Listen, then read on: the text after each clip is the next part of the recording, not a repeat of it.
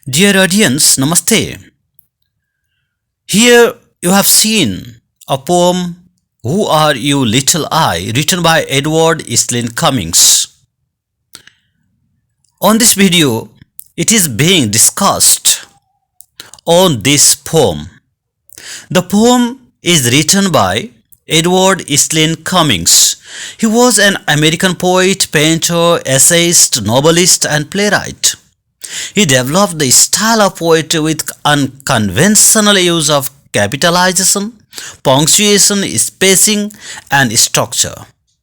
E. Cummings is regarded as an eminent voice of the 20th century English literature.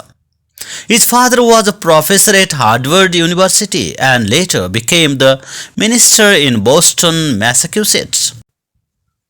He expressed transcendental leanings in his entire life. Cummings wanted to be a poet from childhood and wrote poetry daily from the age of 8 to 22, exploring assorted form. Who Are You Little I is a short poem of only 8 lines that describes a child looking out from some high window at the end of the day.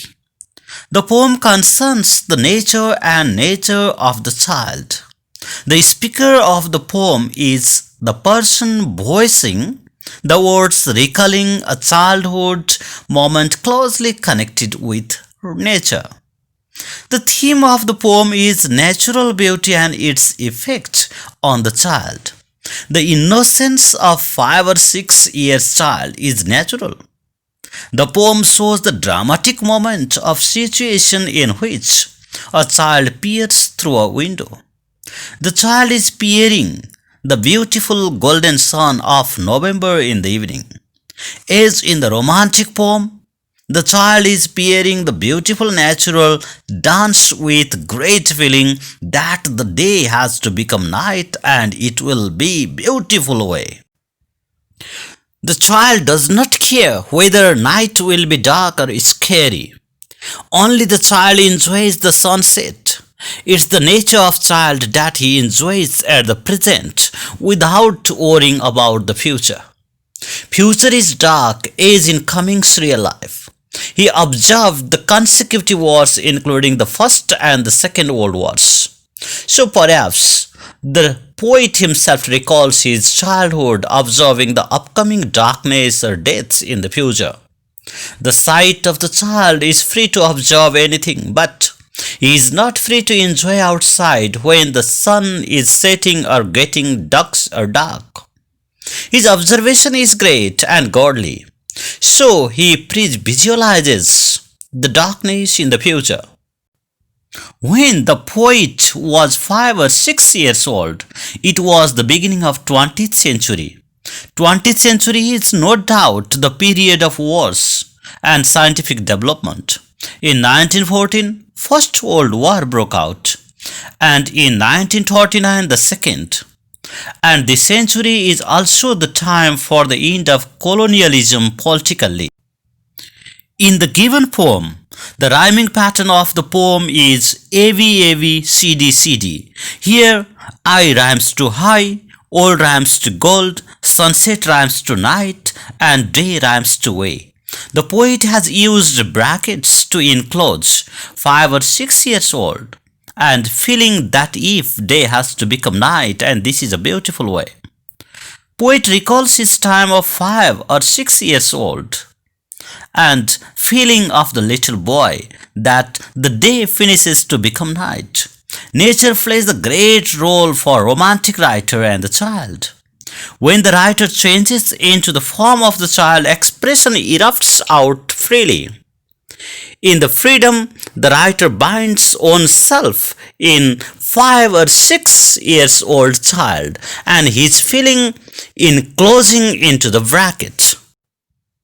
There's the use of semicolon between window and 8 the gold.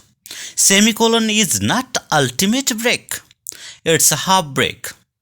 That means window and the gold or golden sun have a close relation, but they are not near to each other. and their existence is reciprocal. Window is the recreational place physically for the boy, but gold is the recreational place in feeling. It's a November sunset, so physically it is cold but warm in feeling. In the poem, Little Eye is a pawn. It gives double meanings. I refers to the speaker in the memory in image, and little I also refers to the addressee to whom the speaker is talking with. Now, some questions are being discussed here. The first question is, who can be the speaker of this poem and what is little I doing? The speaker is addressing the second person, the little I. The little eye is peering the beautiful dance of the nature without any voice. So, the speaker of the poem is observing the little eye's observation. The speaker may be the poet himself, and on the other side, he may be recalling his childhood on the foreground of upcoming destruction of the world through consecutive wars. The second question is, what can be the relationship between little eye and the speaker? The relationship between little eye and the speaker is past and present world. Little eye is the past of the speaker who recalls with natural beauty. The speaker enjoys through the eyes of the little eye who observes the golden sun in the evening. The feeling is enclosed in the bracket, that means the speaker feels through the feeling of little eye, who is peering from the high window. The next third question is, what's the speaker remembering from his childhood days in the poem? The speaker remembers the beautiful evening from his childhood in the poem. Adult life is no doubt the life in the cage or in the trap, socially, physically, morally, or so on. Childhood is the age to enjoy, to view the beauty of the nature, dancing in it and with it.